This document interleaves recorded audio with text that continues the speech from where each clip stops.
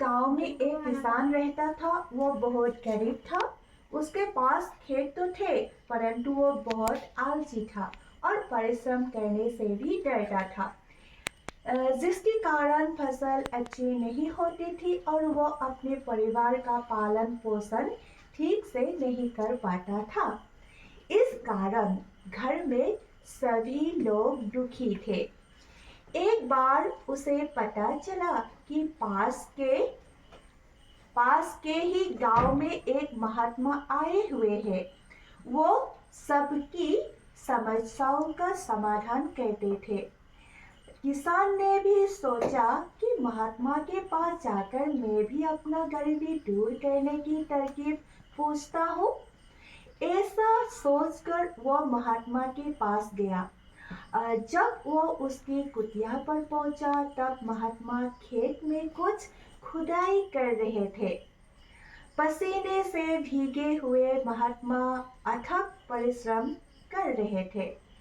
किसान कुछ देर तक खड़ा होकर महात्मा को देखता रहा, फिर महात्मा को प्रणाम किया। महात्मा जी तो काम करने के व्यस्त थे। अपने काम समाप्त करने के बाद ही उन्होंने किसी से उसके आने का कारण पूछा। किसान ने बहुत दुखी होकर अपना हाल बताया। महाराज, मैं एक किसान हूँ। मेरे पास जमीन तो है, लेकिन फिर भी मैं बहुत गरीब हूँ। महात्मा ने कहा, बेटा, जिसके पास जमीन हो वो कभी गरीब नहीं होता। तुम्हारे पास तो खजाना है। किसान ने कहा, महात्मा जी, अगर आप खजाने के बारे में बताएंगे तो मैं ये उपकार कभी नहीं भूलूंगा। महात्मा ने कहा, अगर तुम उसे बेचना चाहो तो मैं खरीद सकता हूँ। किसान ने कहा, ठीक है महाराज, मैं खजाना बेचने को तैयार हूँ। महात्मा बोले, तुम मुझे अपना दोनों आंखें दे दो, मैं इसके बदले में 10,000 रुपये दूंगा। किसान ने कहा, महाराज, मैं आंखें कैसे बेच सकता हूँ? आंखों के बिना तो मैं अंधा हो जाऊंगा। महात्मा बोले, तुम मुझे अपना एक पैर दे दो, इसके लिए मैं तुम्हें 20,000 रुपये दूंगा। किसान घबरा कर बोला, नहीं नहीं महाराज, मैं ऐसा नहीं कर सकता। महात्मा ने कहा, क्या तुम 50,000 में अपने दोनों हाथ दे दोगे?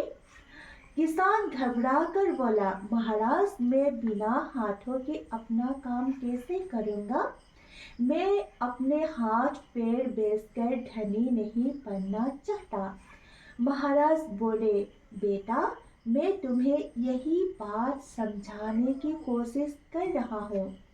ईश्वर ने तुम्हें हाथ पैर आँखें और बुद्धि दी है। अपनी शक्ति को पहचानो और इस मूल्यवान शरीर से कड़ी मेहनत करो। गरीबी अपने आप तुमसे दूर भाग जाएगी। मेहनत ही सच्चा खजाना है। महात्मा की बात सुनकर किसान की आंखें खुल गई। अपने महात्मा के शरण छुए और उसने महात्मा के शरण छुए और धन्यवाद करते हुए बोले, आपने मेरा छिपा खजाना मुझे दिया है। महात्मा का आशीर्वाद पाकर किसान घर लौट आया। उसने आलस छोड़ दिया, अपने खेतों में परिश्रम करने लगा। खेत फसलों से झूल उठे और कुछ ही समय में उसका परिवार खुशहाल हो गया। कौन बनता पूरी दिखाई दे?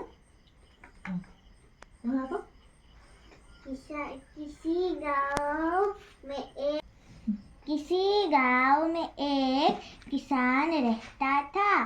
वह बहुत गरीब था। उसके पास खेत तो थे खेत तो थे परंतु वो बहुत आलसी आलसी था और परिश्रम करने से भी डरता था जिसके कारण फसल अच्छी नहीं होती थी और वह अपने परिवार का पालन पोषण ठीक से नहीं कर पाता था। इस कारण घर में